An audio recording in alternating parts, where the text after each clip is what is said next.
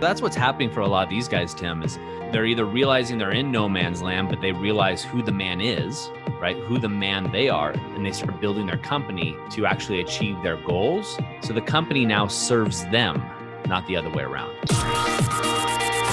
Hello, everyone, and welcome to another episode of The Powerful Man Show. I am your host, Doug Holt, with my co-host and founder, Tim, the Powerful Man Matthews. What's going on, brother? Yo, I am bunged up, as you can probably tell. I'm doing good, feel a bit tired, juggling a lot, and loving life. Bunged up. Bunged up's not a term we use in the States. Is so it I know not? what's going on with you. Yeah, so it kind of means, well, just when your sinuses are blocked and whatever else. It's been going on for a few weeks, so I'm getting my bloods done. It's cool. Someone sent me a test through called Dirty Genes.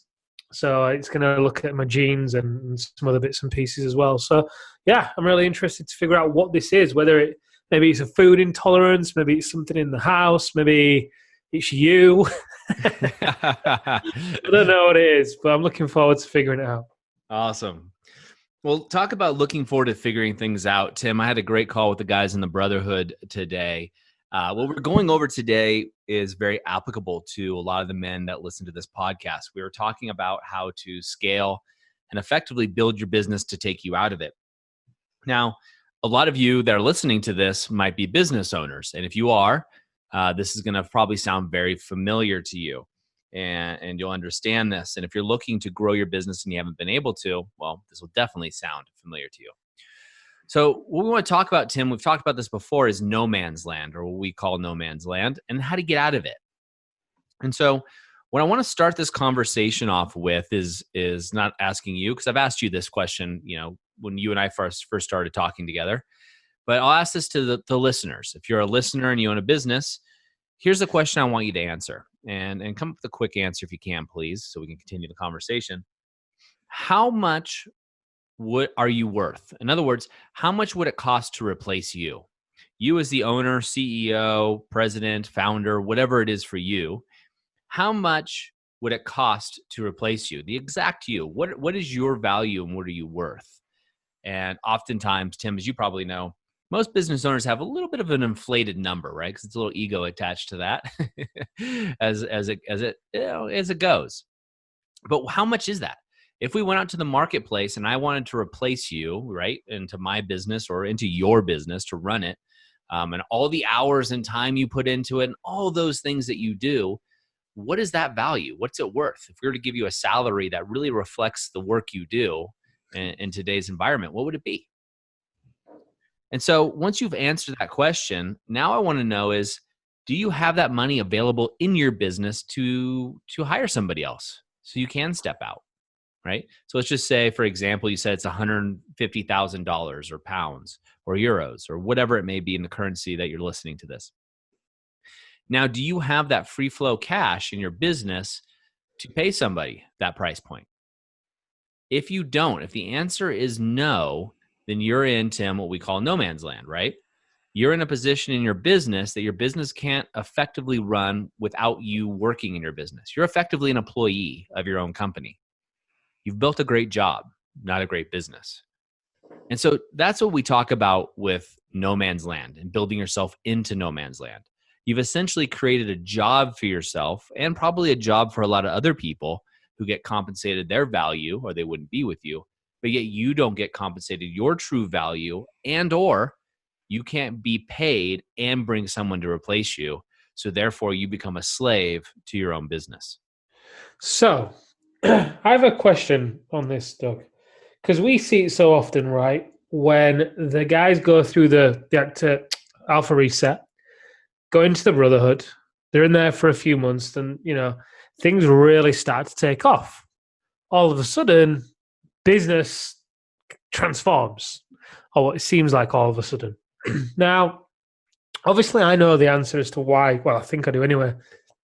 As to why that is, or at least a major part of why I think that is. But, for the listeners, why do you think that is? Because the scenario you've just described there, in my opinion, is very familiar to where a lot of men are when they come into the activation method.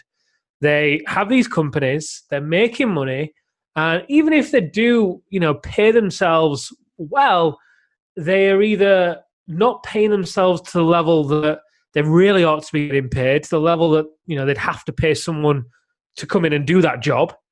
And also, even if they are paying themselves well, they're still stuck in this position. They've almost like got to be in control of everything. So considering that side, and then the other side, when these guys come through the alpha reset, go into the brotherhood, and the business really starts to take off, what do you think are the big shifts that go on there? Well, there's a couple questions there, but the big shift that's happening, when they come out of the alpha reset, they get a sense of identity of who they really are as a powerful man, right? Before, your identity is a businessman, right? The hustle, the grind for most of us. And even if we're not hustling and grinding, we've associated ourselves with the business as our identity. And in doing so, it's hard to come up with the concept of replacing yourself. In fact, we had one guy, Tim, on the call today, and we're talking to him. He's like, oh my gosh. He's like, I can replace myself. I am profitable enough that I can bring somebody in and replace me, which is a thought I've never had before. And he lit up, but it was also scary, right? Yep. And some of the guys we had a sidebar conversation about it. It was like, well, then who are you, right? Your identity is associated as a successful business owner. If you bring in someone to run your company on your behalf, so you actually have all this free time, theoretically, right? Who are you then? And we all laughed because everybody was like, remember the alpha reset, right? Remember the man you saw at the alpha reset. And I don't want to go into details of the exercises we go through, but that was a reassuring comfort for him, right? Because he knew he knows who he is as a man. He knows who he is as a person, as a human, and what he contributes. Business owner is part of that. So when the guys go through something like the alpha reset, they're able to, again, come back, look at their lives, reset, take a real reset, and then refocus on where they want to go. And that's part of the reason their businesses start to explode, right? They now have new energy, new optics. It's almost like bringing another man, a more complete, better version of yourself as a business owner into your business to consult, right? So they have the opportunity and the lens to do that with. And so it's kind of like anything. Once you take care of one aspect of your life, all the other aspects start to rise, unless you've done it by sacrifice, right? You've sacrificed your health in order to work 16 hours a day or something along those lines. So that's what's happening for a lot of these guys, Tim, is, they're either realizing they're in no man's land, but they realize who the man is, right? Who the man they are is, and they start building their company to actually achieve their goals. So the company now serves them, not the other way around. Yeah, I understand why this guy looked so shocked, because it can be a tricky position to be in, being in a position whereby you're almost going to replace yourself in something that's almost been your life's work. And for some guys, they go and hide out in business and use it as a way to distract from the other problems in their life. I used to do that. I think you've been there as well. Oh, yeah. Yeah. So, for some people, even the guys, let's say, I'm thinking right now of guys that maybe out there listening to this haven't been through the activation method, are profitable enough to replace themselves in their company, but, are hesitant to do that because as you're listening to this, the idea of replacing yourself means, holy crap, I'm not going to be needed to be in there, which means I'm going to have to then address these other areas. It's almost like this fear of being found out, right? We hear it so often how these business owners, when they come to us, they almost feel like they're leading a double life, because on one side, they've got this successful business and they are perceived and looked upon in a certain way in their business arena. This guy that's got it all together and he's decisive and he's charismatic and he's a leader and all these things. But then actually, when you point the lens at his personal life, and if you were to ask his wife, what is it like to be in a relationship with him, he knows that the truth there. He knows that he is falling short, and it's kind of like this sordid secret that he struggles with. So, what advice would you give to a business owner in that position? Hey, sorry to interrupt the show, but I wanted to ask you a question. Do you ever feel like something's just missing? Like there's something more out there and you just can't put your finger on it? I totally get it. Go over right now to thepowerfulman.com/freedom to discover the system that other businessmen just like you are using. We've included 10 case studies, 10 men just like you who have found the solution and have found their way on their path. And we want to share that with you. Go over to thepowerfulman.com/freedom right away. Now let's get back to the show.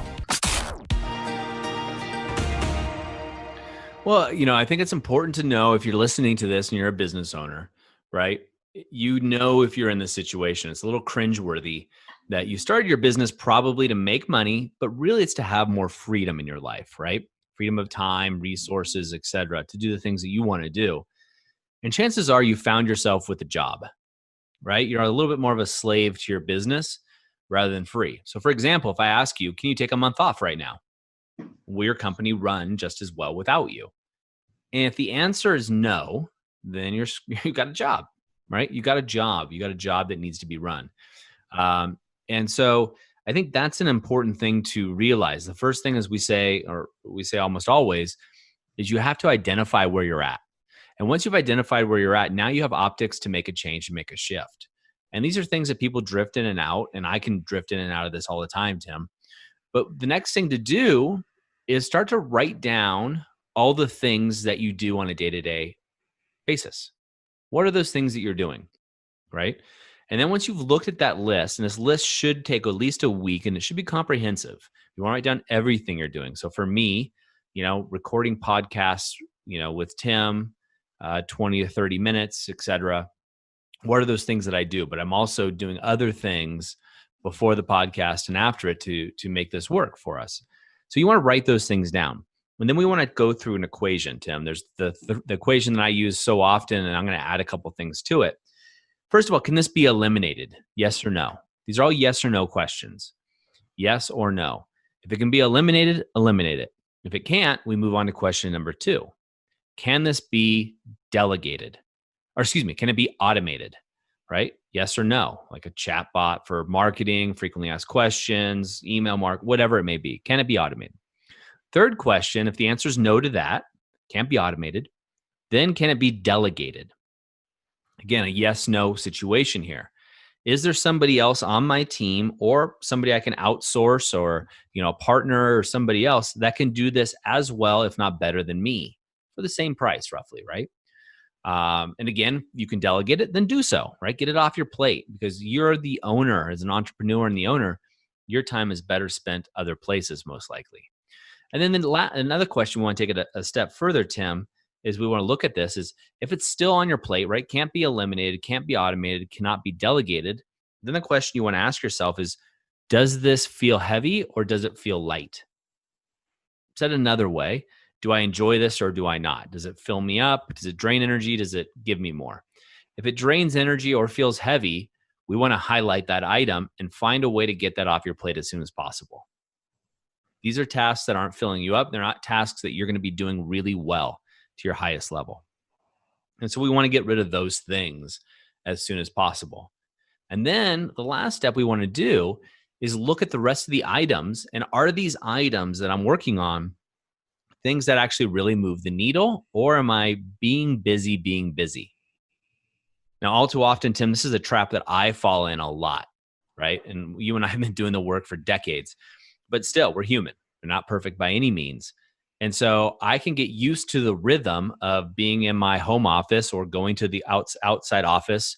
Right now I'm in Bend at the tech lab. I go over there into the office I have there, and I could feel like, well, I should be working, right? And am I just doing things to be busy? Am I doing things to avoid something else? Or am I doing things just because I think I should be doing them versus things that really move the needle? And so these 5 questions of the scenario really significantly lets you know where you're at and gives you optics around the situation. Now, I'll throw in a 6th one is I think the 6th one is once you go through this process or while you're going through this process, you need to really reset. You need to reclaim and reset, right? You need to figure out where it is you want to go, but reset yourself because it's time to upgrade your software, right? I just upgraded the new iPhone, iOS software, and it's actually pretty cool things you can do. I'm upgrading apps on a daily basis on my phone. But as a business owner, let me ask you this. How often are you upgrading your methodologies, your thought process? You're only going to grow your company as far as your mental level, right? As far as your own development. So you really need to get in there and get a reset. And of course, I'd be lying if I didn't say the Alpha Reset was the best place I've ever been. That's why I got involved with you and the Powerful Man. It's by far the best technology I've ever seen utilized. But you need to find some way of resetting yourself and coming to a new paradigm as a business owner rather than a business operator. I love that. And I'm so excited for 4 weeks' time. There's another Alpha Reset going down. I'm really, at this time, I kind of get a little bit annoying with Amelia because I'm so excited about the guys coming. I'm like, oh, I wonder what's going to happen. What are the changes that we're going to see? Because as you know, we have seen some mind-blowing transformations. So I'm really interested. And I think one of the biggest insights that these men get, and you said it so well a minute ago, is they really understand. It's deeper than understanding. It moves from being theory from knowledge to embodiment, right? They understand the importance of organizing their territories in the way that we do it, which is, it's all about territory, oneself, then health, relationships, and so on. Whereas for most of their life, they've been putting business as number one and wealth as number two. And if they have anything left at the end of the day, then it's relationships. And if they've got anything left after that, which they barely have anything for relationships, but if they do have anything left, then, it goes into their health or themselves. But, when the guys actually shift from knowing this logically to actually being it and experiencing it, that's when their identity, like you said, shifts. And it's like Einstein said, I love this quote from Einstein, a problem cannot be solved at the same level of thinking that created it.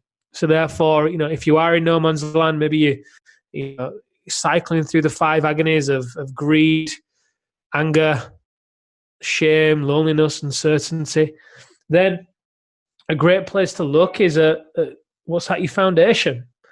And your identity feeds directly into that. If you continue to try and get out of no man's land, in my opinion anyway, if you try and get out of no man's land by purely going at it from a business angle, you're more, I'll just say it how it is.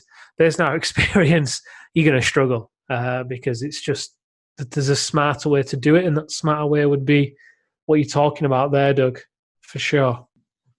Oh, yeah. Multi-pronged approaches are always the best, but you need to reset and reclaim, right? We talk about that. Reset, reclaim, move forward with passion, right? In a positive direction. And as a business owner, as a business leader, you just need to constantly be doing that. You do it with your workouts. If you're working out well, if you're, a biohacker and you're in that community, you're doing these kinds of assessments all the time and then resetting. It's the same with business. And when you do this, you get out of no man's land. It relieves so much stress, so much anxiety, right? Of worrying about, payroll, paychecks, what's going to happen.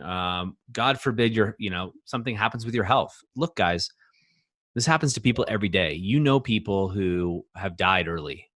People who have been stricken with cancer or another horrible disease that came out of left field. We all do.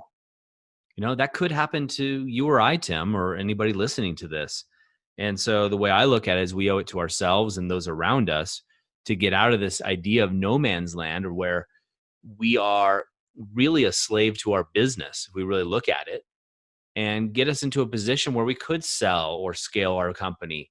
And we're actually having our business serve us to the highest purpose. And I get it that most of you don't know what the higher purpose is for you. I get it. And I get that business is easy, right? It's hard and you work at it, but it's easy for you to get into. It's easy for you to have that conversation, especially if you're that guy that goes to the party and, you're looking around or a barbecue and all you want to talk about, hey, what do you do for work? And start talking about those things. Gosh, that's a one-dimensional lifestyle. You want to be multi-dimensional, be able to talk about all kinds of things because you're experiencing them. Tim, when you go to social events, you can talk about Italy. You know what it smells like to be there, to live there, or Spain or Marrakesh, where we took the brotherhood, right? Having that experiential level of knowledge is totally different, but you can't do that when you're a slave to your business, when you're in no man's land. You need to release the chains, go through the process, release, reset, reclaim, and then go after it with purpose. I love it. So true. Awesome. Tim, anything you'd leave these guys with? Yeah, there is one final thing. In order for you to make this shift that Doug is explaining so well, you've got to know where you are. What happens when you enter something into a sat nav? You want to go somewhere and you don't know where you're going. Well, you know where you're going, of course, because you're entering into a sat nav, but you don't know how to get there. What happens? You enter the destination, the sat nav then figures out where you are in order to plot the route. And I think something that often gets overlooked, especially in my conversations with the men when they're coming into the program, is they don't really know where they are.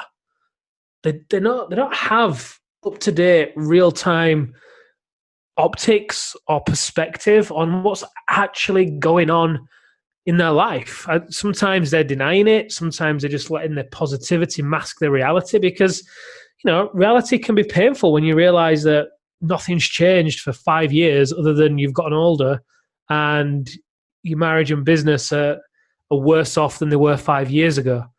So my advice to you guys would be to be real with yourself as to where you actually are and what isn't working for you right now, because, maybe it's time for you to try something different. Maybe it's with us. If it is, you can always head over to thealphareset.com to find out more about how we actually help men in this position. Maybe it's not us. Obviously, I'd love it to be us for obvious reasons, but however you do it, get clarity on where you are. Are you in no man's land? Are you cycling through the 5 agonies like we see men go through them? It's in a systematic order. It's as predictable as night and day. We see it. So, is that where you are? If it is, great. At least you know where you are. And from knowing where you are, you're then able to make a shift. Until that, you are flying blind and you're very disempowered. There's no shame to be had in admitting that you are in no man's land and you're in the 5 agonies, because once you actually do that, you put yourself in a position of power to actually change it. Beautifully said. All right, gentlemen, this is your cue to take action. Of course, at any time in the moment of insight, you want to take action immediately. Tim, that's it for us for another episode of The Powerful Man Show. Gentlemen, we'll see you next time.